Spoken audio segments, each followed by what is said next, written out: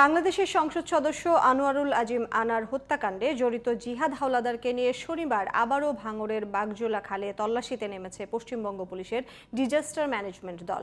শুক্রবার রাতে তার দেয়া তথ্যে ওই খাল থেকে একটি ব্যাগ উদ্ধার করেছে পুলিশ। এদিকে যেখানে আনারকে হত্যা করা হয় নিউটাউনের সেই ফ্ল্যাটে আজ জিহাদকে নিয়ে যাওয়ার কথা রয়েছে সিআইডির। ইসমাইল হোসেন জুয়েলের রিপোর্ট। ঝিনাইদহ ৪ আসনের সংসদ সদস্য আনোয়ারুল আজিম আনার হত্যাকাণ্ডে জড়িত জিহাদ হাওলাদারকে আটকের পর প্রাথমিক জিজ্ঞাসাবাদে সে জানিয়েছিল দক্ষিণ ২৪ পরগনা জেলার ভাঙড় ব্লকের কাশীপুর থানা ও পোলেরহাট থানার বিভিন্ন খাল ও বিলে ফেলা হয় আনারের খণ্ডিত মরদেহ। সেই অনুযায়ী বৃহস্পতিবার রাতেই তাকে নিয়ে যাওয়া হয় ভাঙড়ে, কিন্তু রাতের অন্ধকারে সেখানে মেলেনি দেহাংশ। এমন অবস্থায় তদন্তের স্বার্থে শুক্রবার দুপুরে বারাসাত জেলা আদালতে জিহাদকে হাজির করে ১৪ দিনের রিমান্ড আবেদন করে কলকাতা সিআইডি। বিচারক শুভঙ্কর বিশ্বাস ১২ দিনের রিমান্ড মঞ্জুর করেন।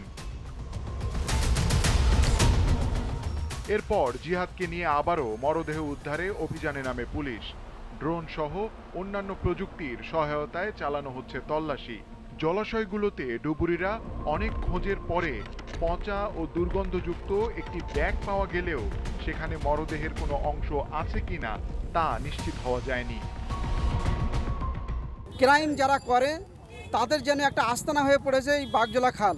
তাই এত তদন্তর পরেও পুলিশ তারপরে ডুবুরি দিয়েও তল্লাশি করে যখন পেল না, মানুষ তো এমনি আতঙ্কিত থাকবে। তারপরে এই রাস্তা দিয়ে সারা রাত মানুষ যাওয়া আসা করে, যতক্ষণ এই দেহটা না পাচ্ছে ততক্ষণ মানুষ এখানটা এসেই আতঙ্কিত বোধ মনে করবে এবং তাদের মধ্যে ভুতুড়ে ভাব চলে আসবে।